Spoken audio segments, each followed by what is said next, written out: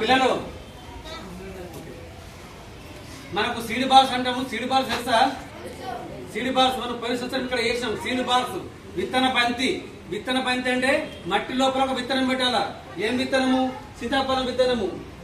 సీతాఫలం కానీ, చింత గింజలు కానీ, అల్లగడ్డ గింజలు కానీ, ఇంకా ఏ గింజలు ఆ గింజలు ఇందులో గింజ పెట్టాలా.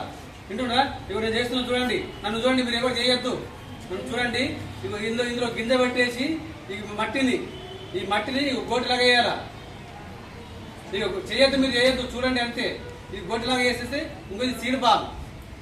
ఈ సీడ్ బాల్ ఏం చేస్తాం మరి మనము అడవిలో చల్లుతాము. నేను ప్రతి సంవత్సరం జిల్లా మొత్తం అడవిలో చల్లుతాను. అడవిలో చల్లితే వర్షంకు తడిసి ఈ మట్టి తడిసి దీని నుంచి మొలకాస్తుంది.